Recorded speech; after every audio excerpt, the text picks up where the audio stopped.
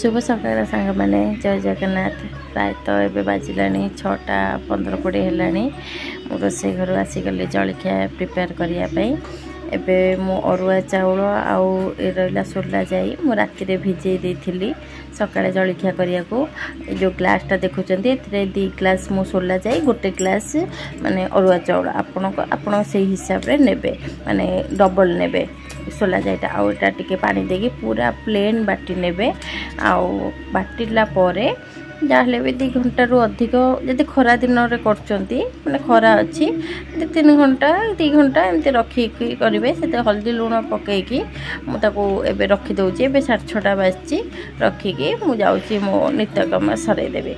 हल्ला परे एबे आसिले को 8:30 परे हेलानी मु रोसे घर को आसिली। आगे टिके चटनी प्रिपेयर कर दबा तापे टिके तेल जीरा आ रहिला 3-4 पाखुड़ा रसुण और सुखिला लंका 2टा आ संगे आमर नड़िया खंड किछि बादाम आ सोला जाई पकेकी टिके 3 मिनट भलिया मु भाजीची।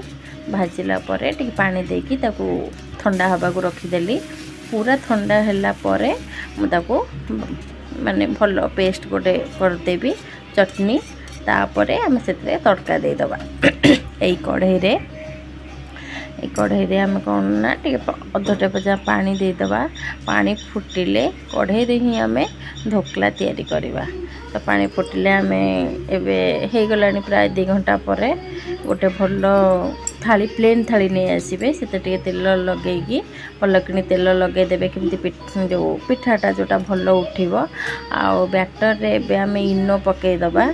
एटा जति आपण शीत दिन करूचंती ताहले आपण खरा बेले भेदे देबे कि 4टा बेले भेदे देकी राति 10-11 रे बाटी की रखी देबे। सखाळे करिवे भलो हबो माने जालीदार हबो।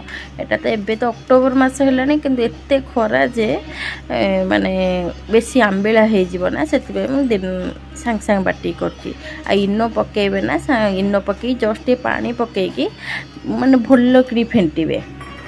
शीत दिन भी कले राति बाटिकी भी रखिले सकाळे इनो पकेकी ही करेंगे। आटा मोर अल्प बैटर बोलिकी मु एका थर डायरेक्ट से पकई देउचंदी। आपण जदि बेसी करचंती डायरेक्ट पकेबे नै 2टा स्टेप पई अलगा जगह काढ़े की इनो हाफ पकेकी फेंटी थरे करेंगे पुणी थरे पई आउ थरे इनो पकेबे।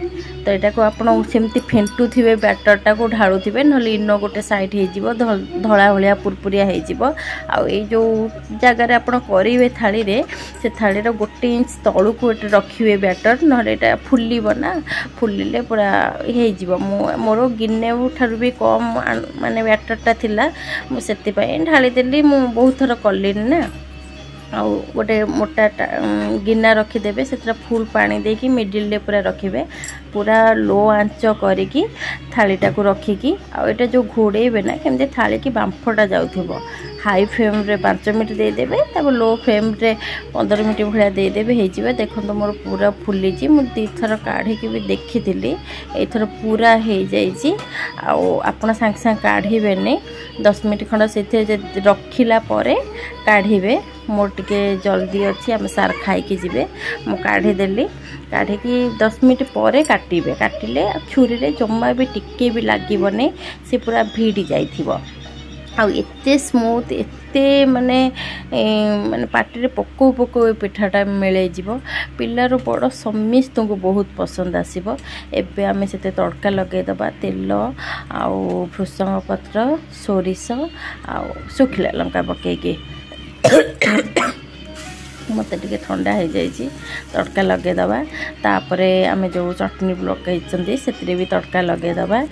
आओ प्लीज जदि आपन को मो चैनल भल लगुच लाइक करंतु शेयर करंतु सब्सक्राइब करंतु आउ ढेर सारा भल पाया दिंतु।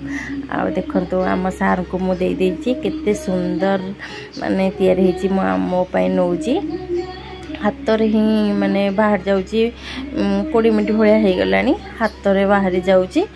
तो देखंतु केते जालीदार हेची केते नरम हेची पिल्लारू बड़ समस्त पसंद आसीबो मु भांगी की देख भीतर बाहर पूरा जालीदार हे भलिया हेची आ संगे आपण चाहिले टमाटर चटनी भी करी खाई परिबे मु ए चटनीटा बनैची टमाटर आ रहिला हमर जो धनिया पत्र रसुण कंचा लंका पकईकी चटनीटा बनैबे ना सेटा भी बहुत टेस्ट लागिबो आ मु चली खाया को आपण घरे करी खांतु आ एंजॉय